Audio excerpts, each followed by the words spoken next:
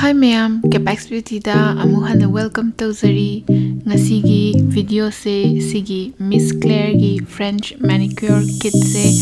se try to zabuto adugi video ne MRP da 395 rupees lae. Aduga mohonda yauri se magi top coat, base coat aduga basic weba color do aduma yawe aduga nail filer amaga magi French tip oinaba stickers kharaga yaure e manungda aduga magi box maning sida instruction khara yaure e ahanbada khuzin se akhoina pamjaba length aduga shape to aduda file ga kaaga shape hana tahalaba aduga I will apply magi sida yaure iba base ba magi pink color se I will apply this aduga sigi pink ki base se I always apply 2 coats hadi masi machu henna phajana tanaba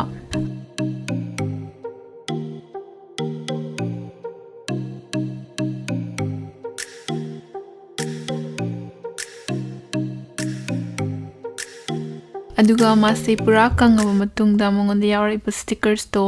aina pamjariba French tip ki length to aduda nappani aduga nappase loirakanda manungi pink to kangabanina sigi white ki tip se oina amug over the sticker aduda oina sangani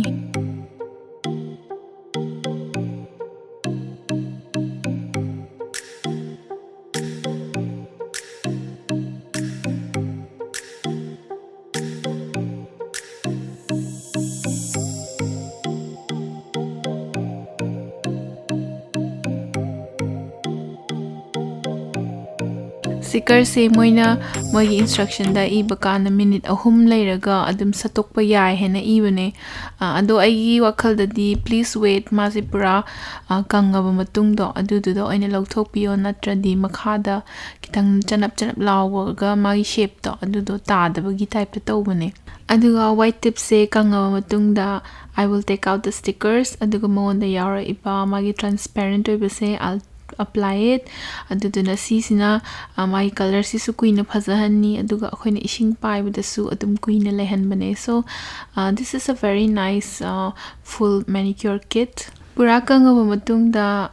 I kise kitangdi khoiba yaukre because I'm not very experienced but I think it turned out to be pretty well aduga French manicure gi smaina tip tawbase I personally I like it very much aina tawse yam kana phajaba natrasu it's very clean it's very neat aduga masa yam classy su oye so overall aigi wakal da di 395 rupees ta sigi Miss Claire gi French manicure gi kit se it's quite nice although mongonda yaure iba nail polish me am se sigi brush se taibudi kitang nungai bu watle hadi compared to others